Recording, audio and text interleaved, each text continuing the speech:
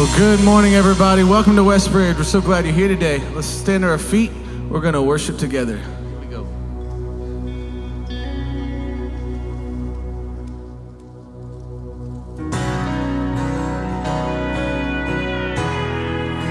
Thank you, Jesus, for all you've done. Oh, I can't stop singing of how good you are, how your love lifted me out of the dark. There was no way that I could make it this far without your love, Jesus, holding my heart.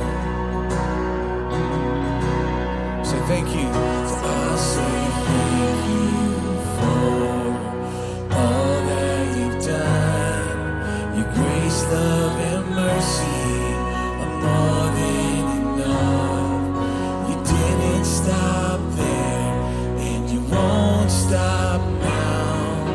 Thank you from this grateful heart.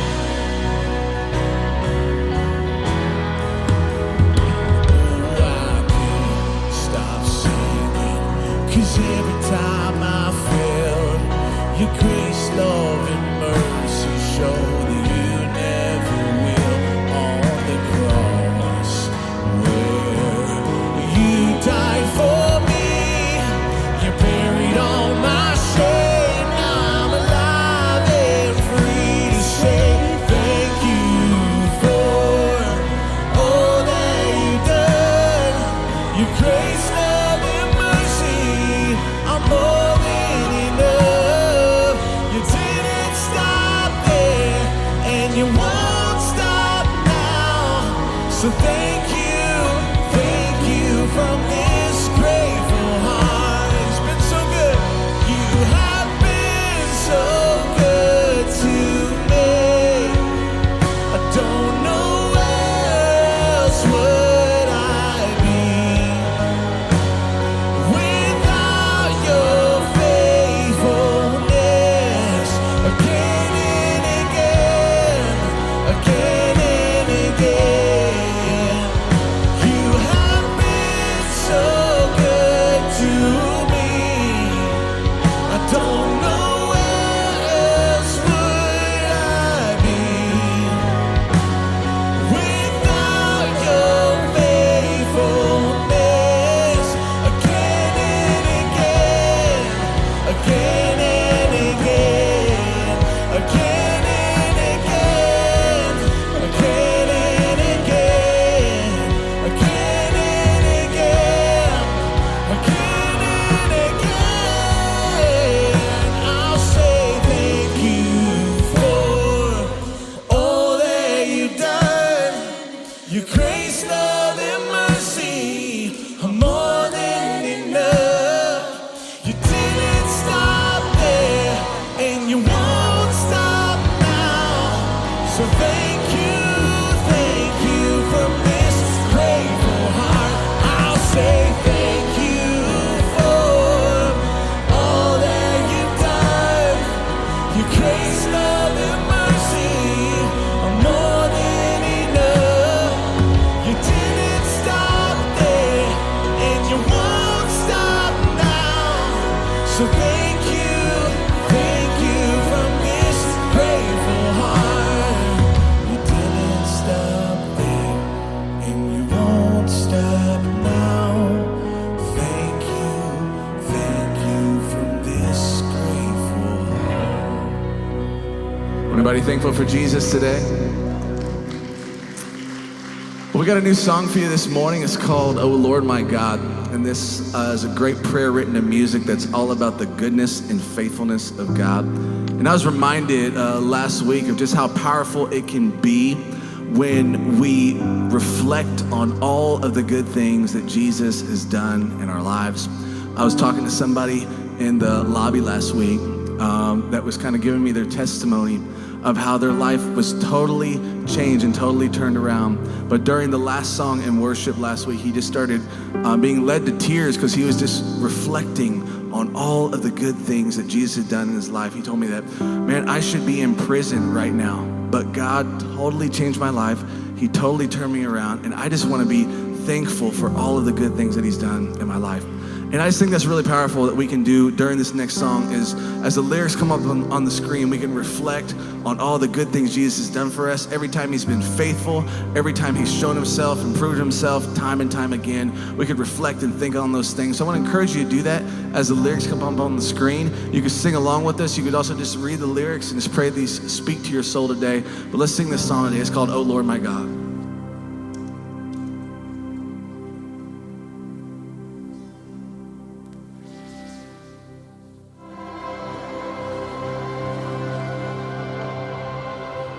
I've seen your faithfulness move in the wildest ways. I've seen your glory fall down. So come and fill this place. I know you're always working, so time and time again.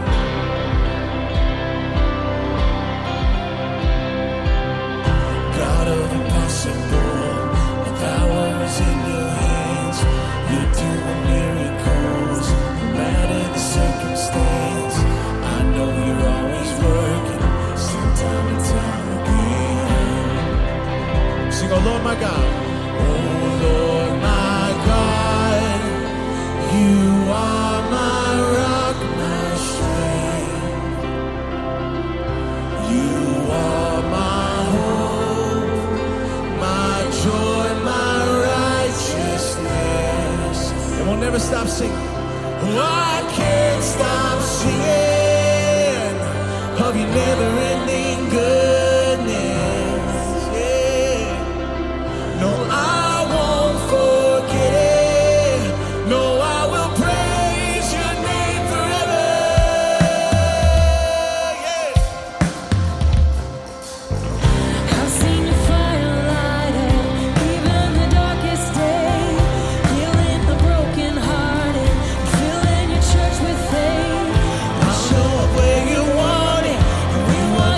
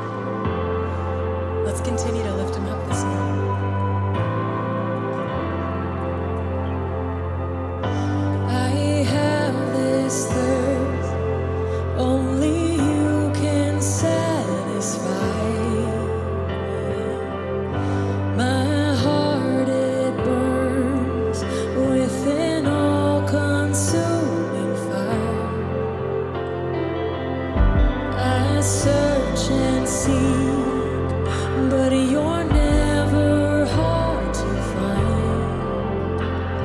The more of you I see, the more that I desire. I need you more than the air that I breathe. You capture my heart every beat. You're pulling me closer. Yes, you are, Jesus. There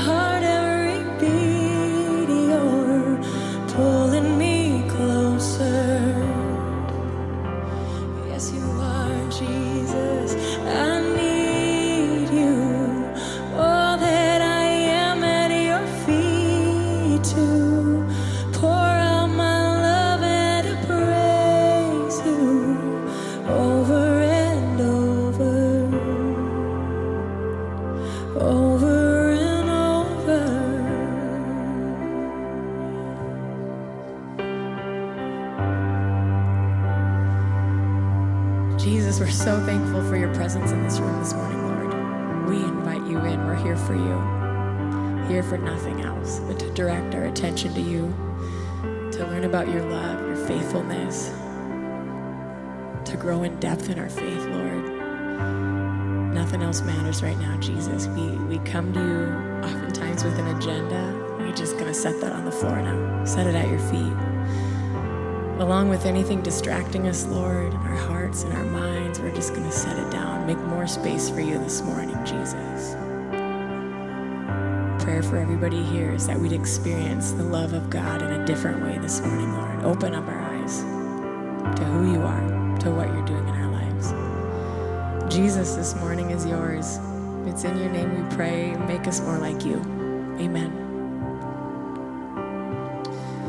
Well, thanks so much for joining us this morning. You can go ahead, have a seat, and get ready to enjoy the rest of the service.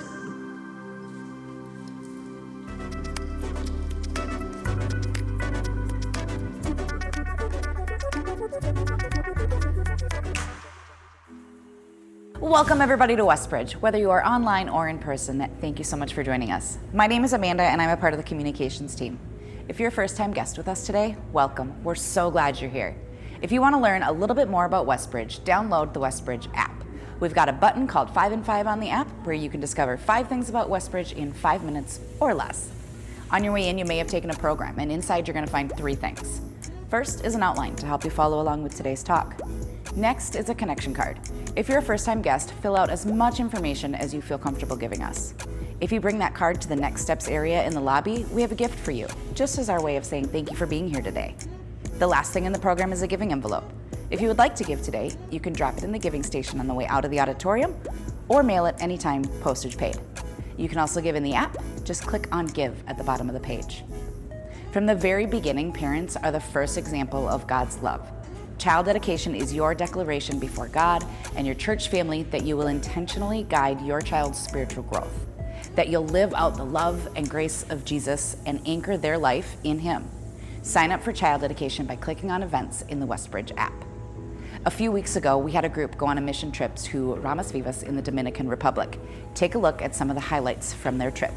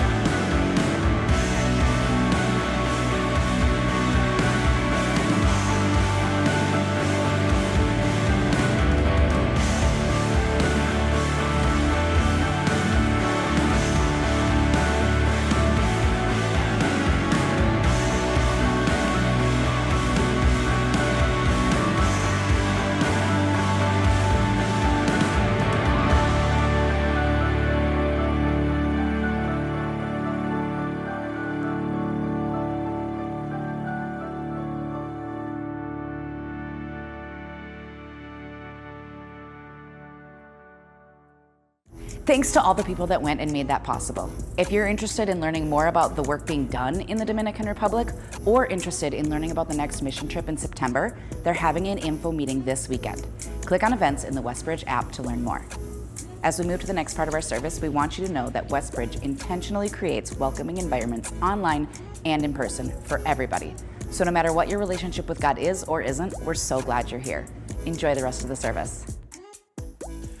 Good morning. Welcome to Westbridge Church. My name's Jeremiah. I'm one of the pastors here, and it's awesome to have you with us today. I want to say hello to everybody joining us online. Thanks for participating there. If you're in a parent viewing room, thank you for being in there. That's a great option if you have small kids you prefer to keep with you during the service. And those of you sitting in our cafe, thanks for joining us from there as well. We've got a couple of quick things before we jump in. This, you may or may not be aware, so I'll make you aware if you're not.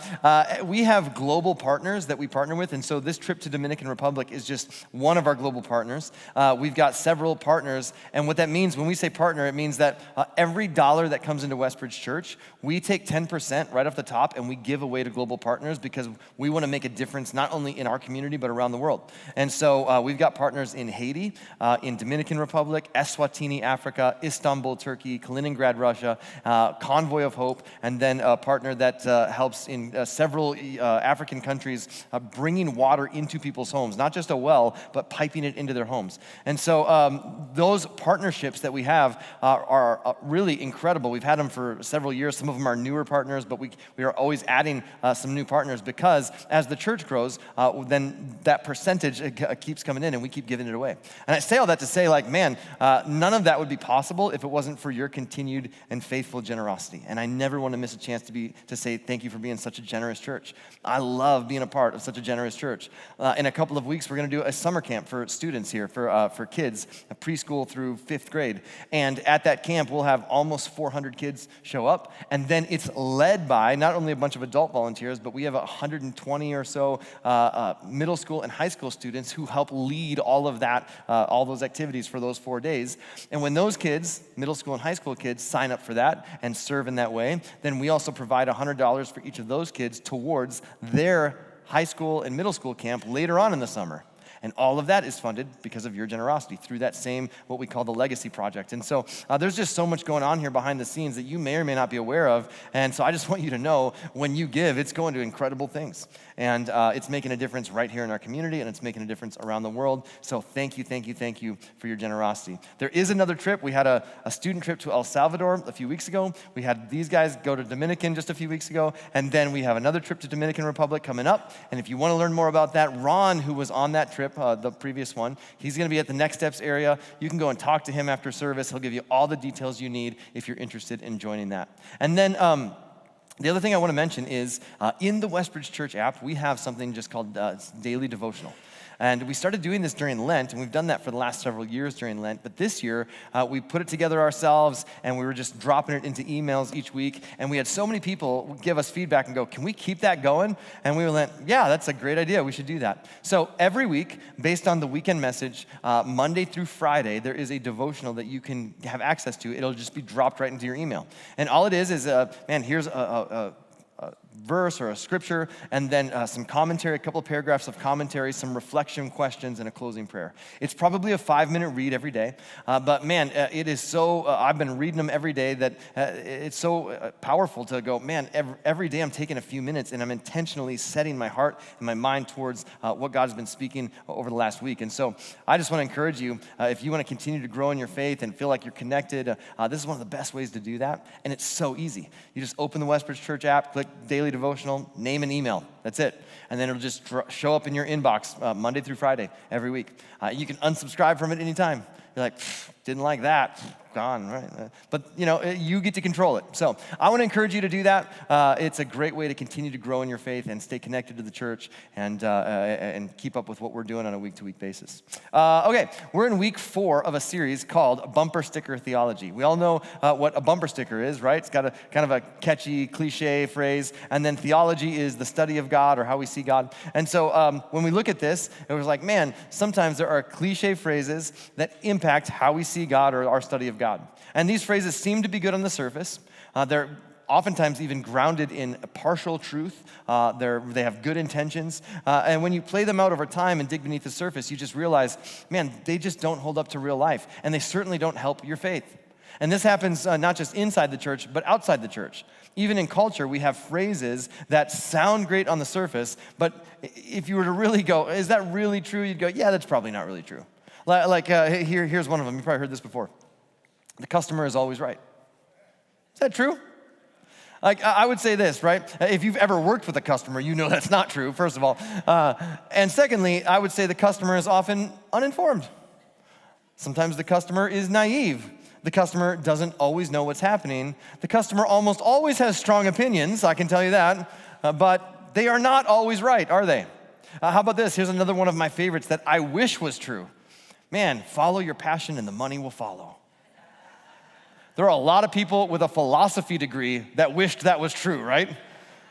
Like you've got some niche liberal arts degree and you're just hoping and praying for a revived interest in medieval literature so that you can make some money, This last one is usually a well-intentioned dad saying this to their son on their wedding day. They're like, now remember, son, happy wife, happy life. Yeah, less laughter on that one because all the women are like, that's true. I don't, that's actually true. Why would you put that up there? Now, some of these cliche phrases also make their way into church. And when they do, they are at best not helpful and at worst damaging to our faith. Because what happens is sometimes we get these phrases that we think are true, and we then sort of assign them to God, and then when God doesn't live up to the thing that we assigned to him, then we go, God, what's going on? You let me down, and it damages our faith. And God's like, I didn't sign up for that. That wasn't me. That was you. You picked that up somewhere along the way. And so some of the things that we've discussed are, week one we talked about good people go to heaven. That seems great on the surface, but when you dig into it, you realize Jesus never taught that. He taught that forgiven people go to heaven, and there's a big difference.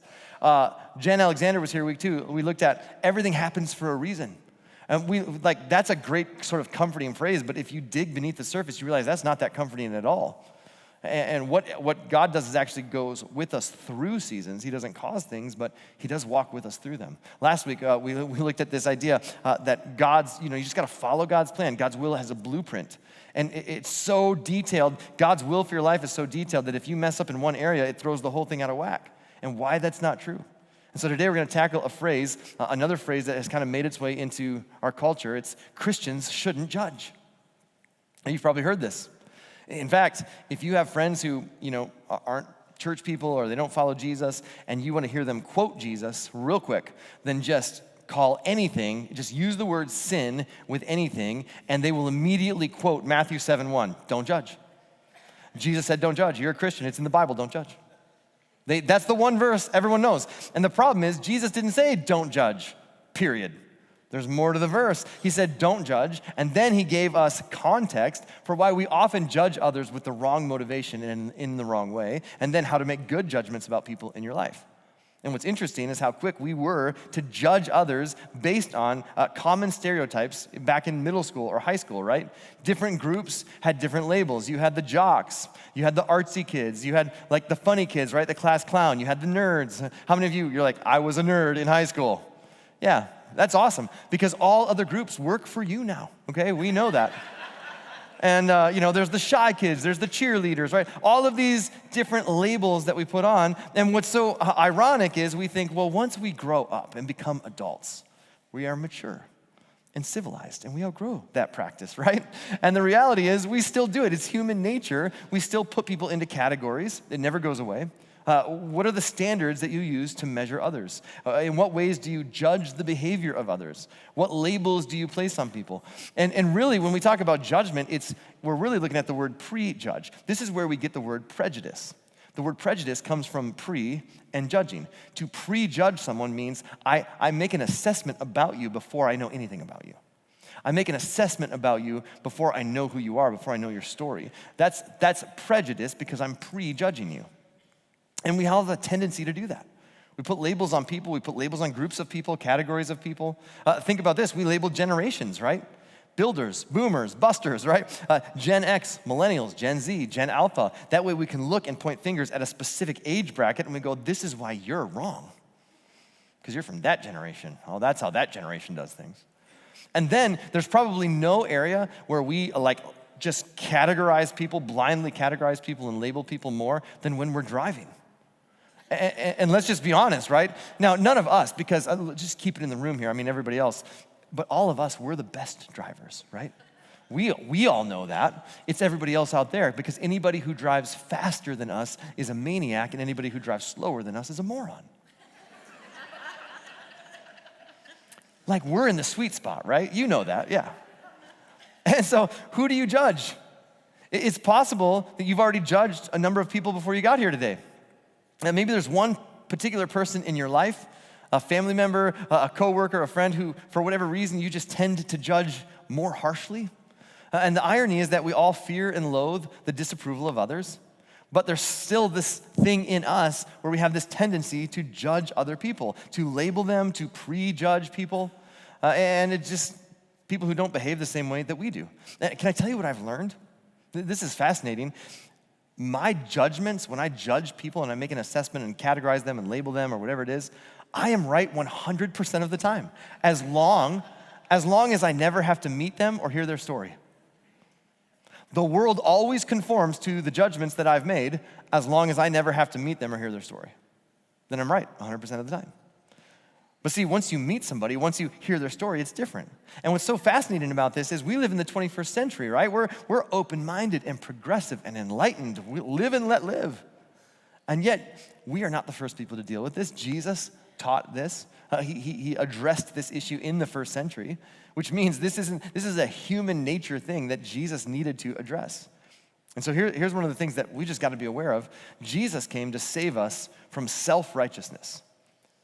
Self-righteousness was one of the things that Jesus railed against almost more than anything else. Now, self-righteousness just means this. Righteousness is right standing with God. And then self-righteousness is this. I have right standing with God based on what I have done. So because I've checked enough of the boxes and done enough of the right things, I now have right standing with God. In his time on earth, Jesus launched a lethal offensive against judgmental attitudes. He called out people for racism, for religious intolerance, he elevated the status of women in his society, but his most pointed criticism was reserved for religious hypocrites who were really good at telling other people why they were spiritually inferior.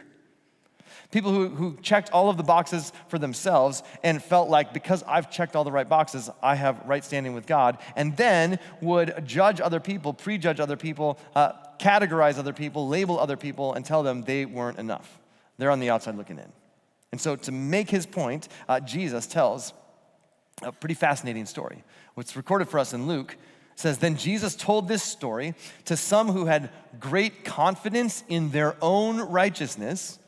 They had confidence in, because of what I've done, I have right standing with God, and scorned everyone else, or basically looked down on everyone else, prejudged everyone else, categorized, labeled everyone else. And so here's the story. Jesus says, 2 men went to the temple to pray. One was a Pharisee, and the other was a despised tax collector. We'll come back to that. The Pharisee stood by himself and prayed this prayer. I thank you, God, that I am not a sinner like everyone else. For I don't cheat, I don't sin, I don't commit adultery, certainly not like that tax collector. I fast twice a week, and I give you 1/10 of my income. And then Jesus draws this contrast. He says, but the tax collector stood at a distance and dared not even lift his eyes to heaven as he prayed. Instead, he beat his chest in sorrow, right? His head's down, he's beating his chest, saying, oh God, be merciful to me, for I am a sinner. And then this is how Jesus concludes the story. He says, I tell you this sinner, not the Pharisee, returned home justified before God, or in right standing with God. And Jesus tells this story, and it sounds like the beginning of a first century, Jewish joke. He's like, all right, Pharisee and tax collector walk into the temple. And they're like, where's this going? And Jesus' audience would have assumed that they know the hero of the story. It would be the Pharisee. He's the religious leader. It definitely wouldn't be the tax collector, because in Jesus' own words in the story, he calls him a despised tax collector, and that's what tax collectors were. They were despised. Because if you sort of like look at the job description and you look at the org chart of potential careers for people in the first century in Jewish culture, tax collector was at the very, very bottom. In fact, when you read some of the eyewitness accounts, you often see this phrase, there were sinners and tax collectors. So Jesus hung out with sinners and tax collectors, like they had their own bracket of sinner. It's like, well, sinners went to bed and went, at least I'm not a tax collector. And if you look at the job opportunities in first century Jewish culture, above tax collector, very, very bottom, just above that, dung collector. And a dung collector was a real job, right? They didn't drive cars. They had camels and horses and donkeys, and so they had to figure out what to do with the exhaust. And so they would collect that. And there were laws on the books in that time, this is just to tell you, what a dung collector looked like, that said you could, if you were married to a dung collector, you could divorce them at any time, no questions asked. Can you imagine that conversation? Right, you come home and your wife's like, listen, this isn't working out. You've been bringing your work home a lot lately. But as bad as you think a dung collector might be, the dung collector went, at least I'm not a tax collector. This is how despised they were. And so this no self-respecting Pharisee would want to even brush shoulders with a tax collector in the street, let alone pray next to them in the temple. So who deserves to be able to pray next to the Pharisee? Excuse me, and here's, I think, the question that all of us need to ask is, have I accidentally become a Pharisee? Like, not on purpose, but do I sometimes prejudge? Do I sometimes label or paint people into a certain category without even knowing them? Have I accidentally played the role of the Pharisee? Is there a certain type of person that you wouldn't want sitting next to you in church that you'd be uncomfortable with? A thief? An ex-con? A prostitute? How about somebody covered in tattoos and piercings? How about somebody with none of those and wearing khakis and a button-up? How about an alcoholic? How about a Republican? How about a Democrat? How about someone who's been divorced 3 times? How about someone who struggles with porn? How about a card-carrying member of the NRA? How about a gay couple? How about someone who has HIV? How about someone who didn't raise their hands during the music? Or maybe someone who did? Who are you uncomfortable with because they don't fit like your idea? And this is what happens. Spiritually bigoted people establish an attainable standard that they can live up to and then judge those who don't meet that standard. And sometimes we hear that and go, yeah, religious people totally do that. All people do that.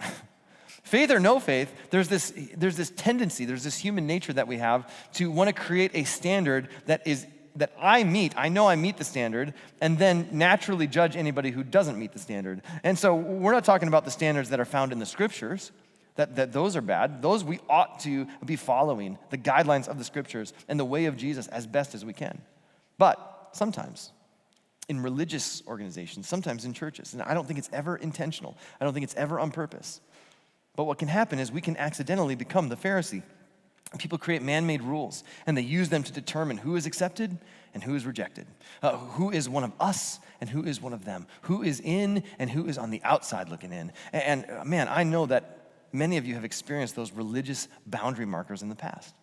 I know that some of you have been burned by churches that created artificial standards and then locked you out. Not physically, but you just got the message that you were going to be on the outside looking in. And people get excluded from churches all the time because of the clothes they wear, the politics they vote for, the music they listen to, the way they look, the beverages they drink, their experiences, their past, their sin, even the way they pray.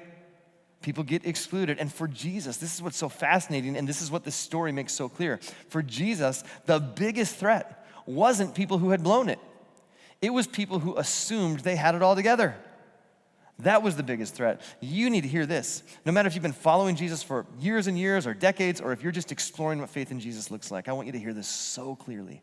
You are deeply, deeply loved by God. You need to hear that. And I want you to know, especially if you're new around here, no person is ever denied access to God's love by external, ridiculous, man-made rules. No person in this church will ever be prevented from encountering God's grace because of prejudice. So why do we do this? Why is it that we're quick to prematurely judge other people? Not by God's standards, but by our own standards. I would suggest this. Prematurely judging others is how I manage my image. This is how I make sure I'm okay, is if I can kind of control the narrative around you, then that allows me to help control the narrative around me. Passing judgment is a mechanism that allows us to affirm our own value and self-worth despite our own personal defects and flaws, which we all have. And see, when I can find someone who in the eyes of others is worse than me, or better yet, if I can find somebody who maybe in the eyes of others is in a category better than me and find a flaw with them, I can elevate myself and my status, maybe in my own head, or maybe in the eyes of others, or maybe in the eyes of God. And this is exactly what this Pharisee is doing. And so today I want to take a look at the verses that say this: don't judge. But it doesn't end there. Jesus actually teaches about this, and it's several verses long, and we're going to read them and walk through them together. And Jesus walks us through what judgment looks like, when it can be dangerous, and when it can actually be helpful and loving. So let's read these verses together. Matthew chapter 7, Jesus says, "Do not judge, or you too will be judged. For in the same way you judge others, you will be judged, and with the measure you use, it will be measured to you." So there's a warning here saying, like, he's not saying don't judge ever. He's saying be careful when you do it. And I think it's important for us to understand exactly what Jesus means when we say judging others, right? This verse is used incorrectly, probably more than any other verse in the Bible. So what is Jesus talking about when he says don't judge?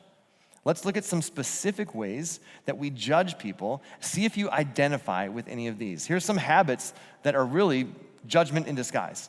We elevate ourselves by lowering others. Have you ever done that? I've done that. I'm not proud to admit it, but I know in the past I've done that. When Jesus is saying judgment, he's talking about don't try to elevate yourself either in your own mind or in the eyes of others by diminishing someone else. That's judgment. We've all experienced this. This is why man-made norms and rules get established to begin with. This is why labels exist, because we want to feel better about us, and we feel like, man, if I can diminish someone else, then it makes me a little higher. And when we do that, this is exactly what Jesus is talking about. Here's another thing that we do. We confuse behavior with identity. We've all been there.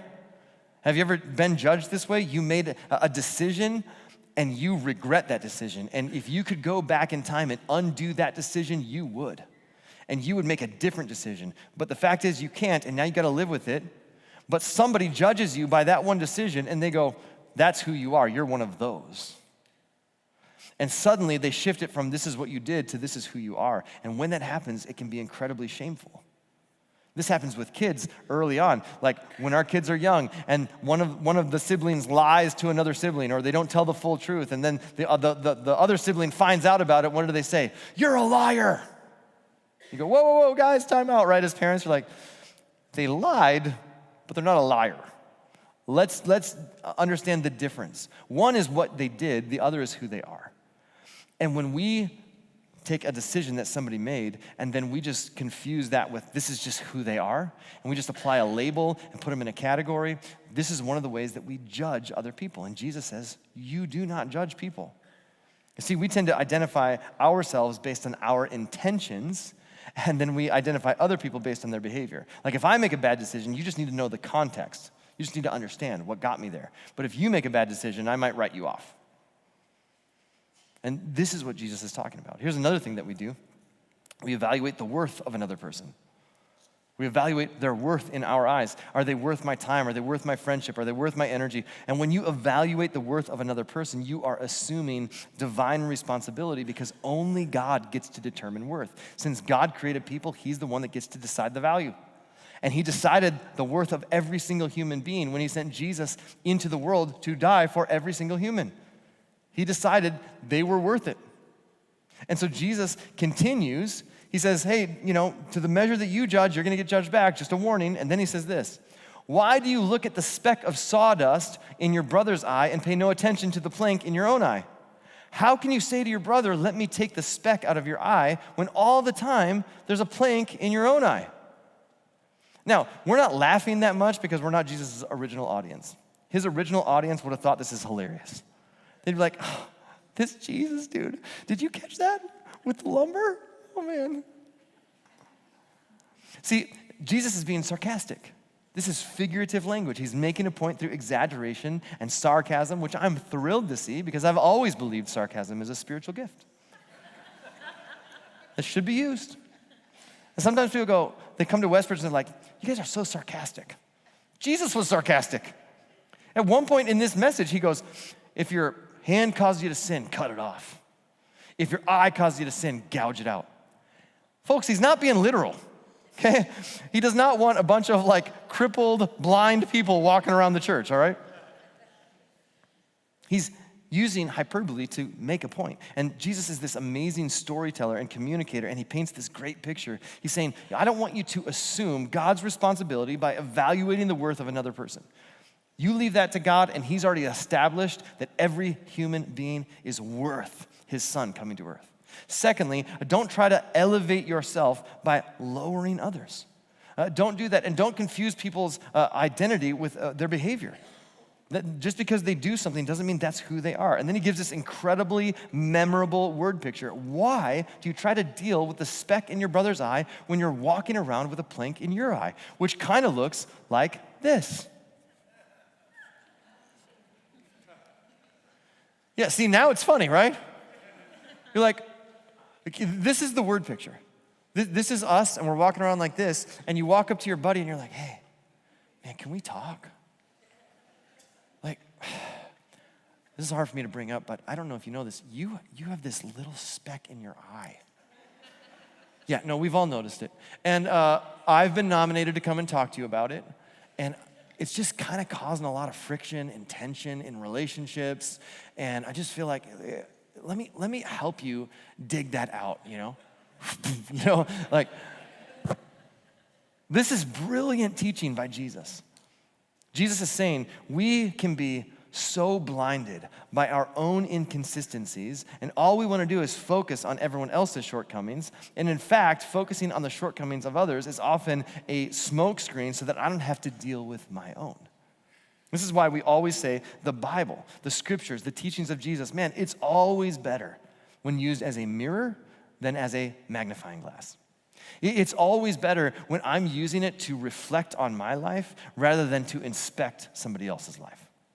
And while we live our lives with so many double standards, and then we get frustrated when someone else falls short, and rarely do we stop and ask ourselves, God, where am I falling short in my life? It's so much easier to deal with the speck because then I don't have to admit that I really haven't taken the time to deal with the plank in my own eye. Now, let me just clear up a couple things. There are two things Jesus is not saying about judging others. That when he says don't judge, sometimes this gets taken to an extreme on both ends of the spectrum. So here's what Jesus is not saying, okay? He's not saying this is license to sin. So this is how it often gets used in our culture. Well, I'm going to give you this verse as an umbrella. This is not Jesus saying here's a umbrella verse that you can just go and sin and live your life however you want to. And if anybody ever confronts you about sin in your life, you just go, hey, Matthew 7:1, don't judge. That's not the context of this verse. It's like when you're a kid playing tag, and there's always that one kid in your friend group. Every friend group has this kid that just never gets off base. And they just go, they're like, you're playing tag, and they're like, base. And then you're like, dude, that kind of defeats the purpose. We want to run around and chase each other and, tag. And so then that kid finally gives into peer pressure, and they get off of base, and then they run from one piece of, jungle gym equipment to the next, and suddenly that becomes base. They just create a base everywhere they go. Remember that kid? Every friend group had that kid, and you're like, they go, nope, this is base. Can't tag me, this is base. Now this is base. Nope, that's base. And you're like, we're playing tag, dude. This is how our culture treats this verse. It's like a get out of jail free card. It's like, don't judge me. Jesus said, don't judge. You can't judge me. I can sin and live my life however I want to, and you can't judge me. And Jesus is very clear about what sin is and what sin is not. And when you read not only Jesus, but you read through the scriptures, what you discover is the only reason Jesus doesn't want us to sin is because sin becomes our master. And the thing that we follow, the sin that we sort of commit and the decisions we make, we become enslaved to those things. And because God wants us to live in freedom, he tells us not to do that. And so this is why Jesus says not to sin. But he's not giving this verse as something that you can cling to anytime someone tries to confront you or speak truth into your life. So that's the one end of the spectrum, right? Like, you can't judge me, you can't judge me. This is not license to do whatever you want to do. On the other side of the spectrum, it's also not blind tolerance. Like, listen, this is not Jesus saying, hey guys, just ignore any sin, any issue, any failure, any problem. Don't rock the boat. Don't ever confront anyone. Just be a condoning pacifist. There's nothing here that can't be solved with a kumbaya hug. That's not what he's saying. Tolerance is not the same as agreement. And here's what we've done in our culture. We've said, well, if you don't agree with me, then you're not tolerant. Tolerance can't even exist without disagreement. If I agree with you on everything, who needs tolerance? Tolerance actually means this. Hey, there's something we disagree on, but I'm going to continue to treat you in a way that is loving and kind, and I'm not going to let our disagreement dictate the way that I treat you. I will love you because God has ascribed worth to you even when we disagree, and especially when we disagree. And this is the way of Jesus. Now, we could probably all think of someone in our life who has made unwise decisions or is making unwise decisions or maybe even harmful decisions, and Jesus is not saying you should never confront someone and you should never make a judgment call about decisions they're making. Following Jesus isn't just about doing what's best for myself. It's about leveraging what God has done in my life for the benefit of others. And sometimes confronting someone that you care about can actually be a loving thing to do, that you see something, you see the speck in their eye, and it's causing problems and it's causing pain, and because you love them and care about them, you lovingly confront them. That's not, you have to be able to judge to do that, right? So when is making a judgment call loving? When is it actually loving to judge someone and lovingly confront them? Number one, it begins with evaluating my own heart. Making a judgment is loving if it begins with evaluating my own heart. Listen to what Jesus says next. He doesn't just leave it at, hey, don't forget you've got a plank too. He actually continues and he says this, you hypocrite. Like if you just want to go speck digging and you've got a plank sticking out of your eye, you're a hypocrite. He says, first, take the plank out of your own eye, and then you will see clearly to remove the speck from your brother's eye. He doesn't say leave the speck. He just says deal with the plank first. Our response to sin or bad decisions or the destructive lifestyle that we see in other people is to look within our own heart and our own life first. If we do this, we would be better off, and our brother or our sister would be better off as well.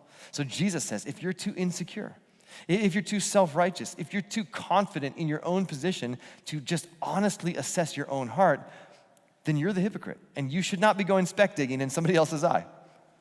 Do you want to know why our culture, and I'm speaking in very broad terms, oftentimes writes off the church as hypocritical? It's not because people in culture are unaware of the speck in their own eye. They've just very often seen an unwillingness from followers of Jesus to deal with the plank in theirs. And they don't want to get beaten up by a plank while you're speck digging in their eye. If you're honest about your own level of brokenness, your own need for forgiveness, your own need for God's help, then you are in a position to actually help a brother or sister and lovingly confront them about maybe a sin or a pattern or a path that they're heading down that could potentially be destructive in their life. By the way, that's what it means to live in community. It doesn't mean we just gather here and say, hi, how you doing? Doing great. Have a great day. All right, see you next time. The faith community, the church family, we help one another when we fall.